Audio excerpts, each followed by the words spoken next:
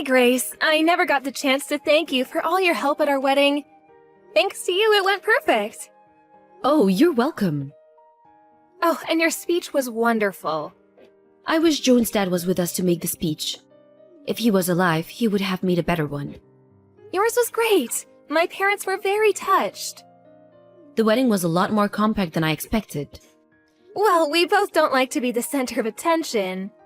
So we only invited close family and kept the crowd as small as possible. A big and gorgeous stage would have been misfit, for you anyway. So I guess a compact wedding was suited for you. You're totally right. I wasn't even sure if I wanted to wear a wedding dress. But you did in the end. Yes, because my grandmother really wanted to see me in one. So I thought I'd give it a try. But I chose a very simple design. I didn't want anything too fancy. Yes, I think you chose right. Sorry to be blunt here, but you wouldn't look good in something fancy. I agree. I was glad everyone enjoyed it, though. I never would have thought my son would choose someone like you. Oh, I know, me neither. He's very handsome, which he must have gotten from you. Anybody would assume he'd choose someone pretty. All of his exes were very pretty. He even dated a girl who won a beauty trophy. Oh, I'm not surprised. Good-looking people must attract other good-looking people. I wish I could be a part of that. The reason why he became attracted to you is probably because of that positivity of yours. I think so. He said he becomes more lively when I'm with him. Oh, I forgot to mention that next month there's a big family gathering. Why don't you two come? Nice! Are we celebrating something? Yes, there's a family member who's turning 100 years old. She's Joan's grandfather's sister, which makes her Joan's great-aunt. Wow, a great-aunt? I did meet John's grandfather at our wedding. He is a very fashionable gentleman. He has 7 siblings. The eldest is turning 100. What is John's grandfather's birth order? The last? That's why the two are quite far apart in age. I bet! Anyway, we have a banquet room booked at a hotel for the celebration. A banquet room? Wow! You should come and say hello.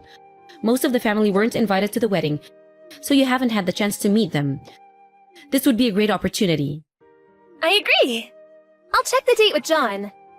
Just to confirm, are you sure I'm invited? I will let the host know. Everyone should be aware that John got married, so I'm sure it won't be a problem. Oh, thank you. I look forward to seeing everyone. Good. I hope you get along with everyone.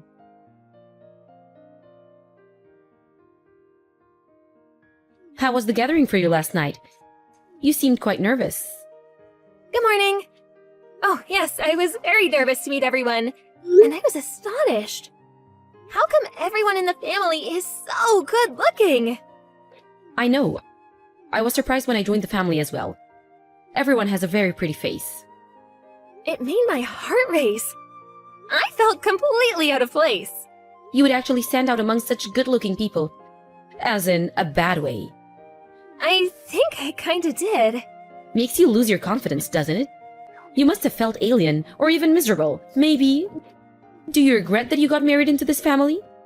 I mean, I was a little embarrassed. But I didn't feel alien. You don't have to act strong. I'm sure. Because everyone was so nice to me. The younger member of the family went out for more drinks afterwards. We all became good friends. We were calling each other by nicknames by the end of the night. Or should I say, by the morning? We stayed out so long, I just woke up. Huh? You became that close with them? With my family? Yes, we exchanged contacts and everything. We also created a group chat. I'm so glad you asked me to join the gathering. That's not right. Beg your pardon? That's not right. Why did you get close to them? What? Grace, what's wrong? You do not fit in the family. A decent person would realize and want a divorce. How the hell can you not see someone as ugly as you don't belong? Ugly? I'm referring to you.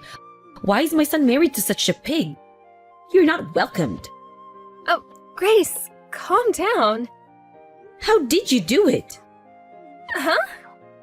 I'm asking you how you tricked my son to marry you. Surely you had to. Do you have something on him? What? No! We're together because we fell in love. I had never tricked him.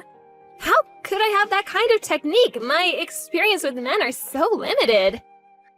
I don't believe you. That can't be. Who would fall in love with a person like you? You're ugly. You give me chills. What did you do to marry John? I refuse to accept you as my daughter-in-law. Wow. So the truth comes out. I didn't know you thought of me that way. I mean, I did know that you always kept your distance, but I see now that you never liked me. When first John introduced you to me, I was so shocked that I nearly fainted. I couldn't help but wonder if John was having issues with his vision. I do realize that my appearance is far from attractive, but John loves me for who I am inside. If you know that, you're unattractive.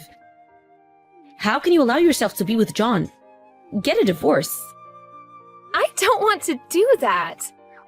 You might not believe this, but we are very happy together. Everyone in the family said that John seems much happier than before. You heard them too, didn't you? That's only because he's still excited about being a newlywed. It will die down in a matter of time.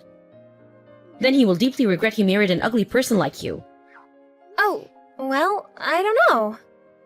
I am. He'll regret it for sure. If John doesn't want a divorce now, so be it. For now, though. You must be perfect at housekeeping. You're not good enough to be his wife, so at least be sure to take care of all the chores. That's the only thing you can provide him. Housekeeping? Duh, that's the least you can do. Okay. I'm not very good at housekeeping, but I'll do my best.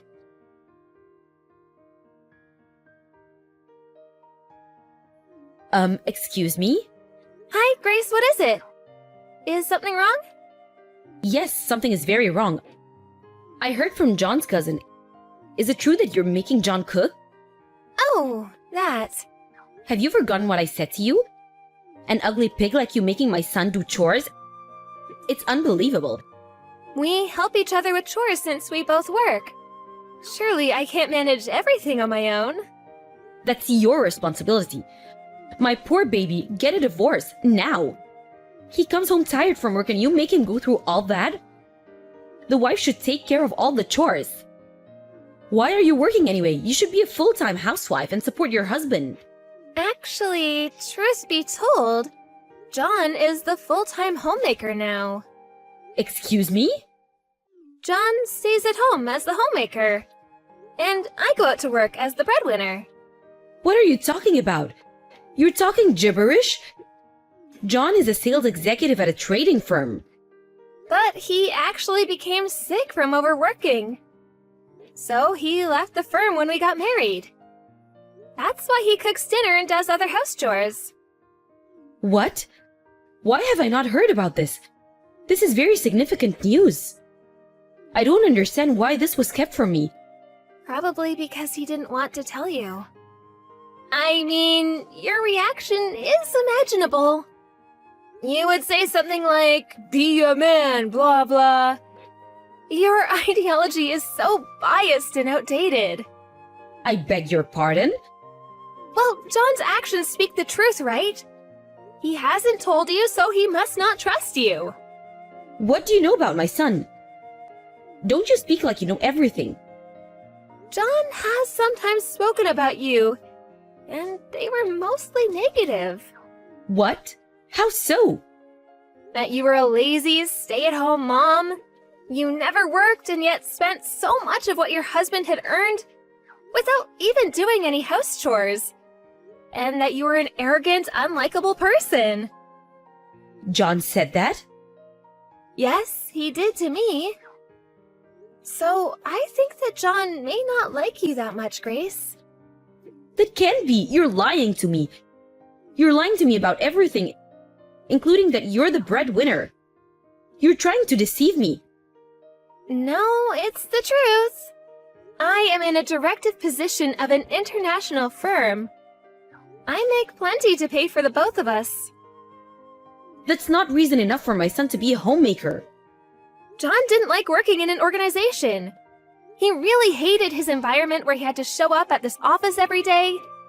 He worked for his living, but one day his heart couldn't tolerate it anymore. There was even a time when he physically could not take a step forward while he was headed to his office. It was that bad for him? Yes, it was.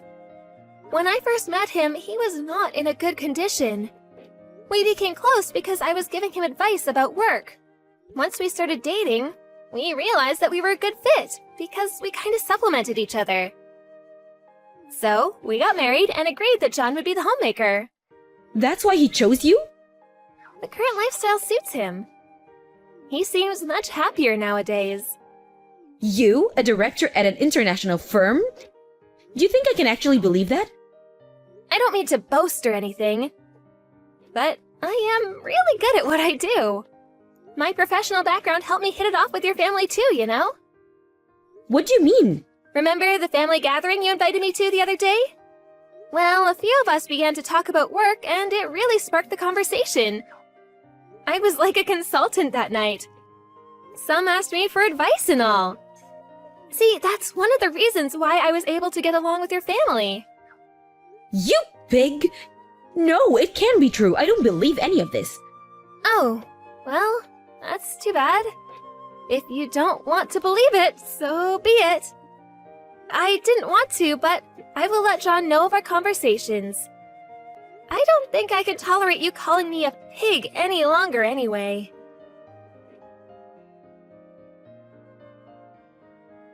Everyone is out of their minds.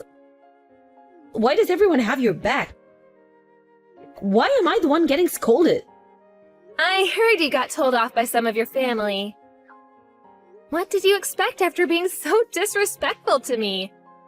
Just because you're my mother-in-law doesn't give you the right to say things like that.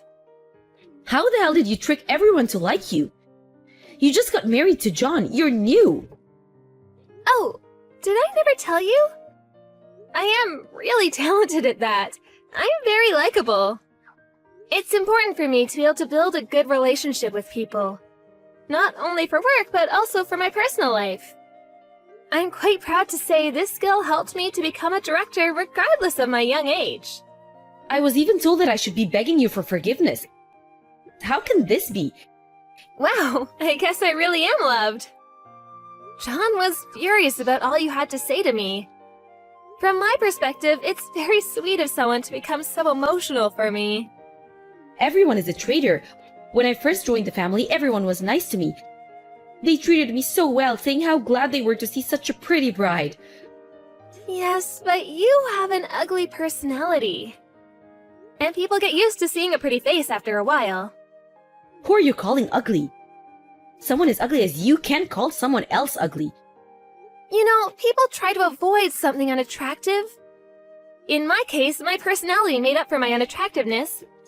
So I always had people around me. In your case, though, your face wasn't enough to make up for your personality. That's why no one is around you anymore. That's how ugly your personality is. Shut your mouth, you pig. John is very disappointed in you. He said he didn't want to contact you anymore, or even see you. What? He can't cut me loose like that. You don't mean he's leaving his old mother? Honestly, we both don't want anything to do with you. It's so unfortunate. All your family are so nice. How did you end up like that? Don't talk to me like you know better. I will not take that from you. See, that's what I mean by ugly personality. You think you can say anything just because you're pretty? Well, you should know, life is not that easy. Are you scolding me? A petty girl like you? You may be older, but clearly I am much more aware of how the world works. You should feel ashamed you are getting scolded by someone younger than you. I hope one day your heart and face balances out.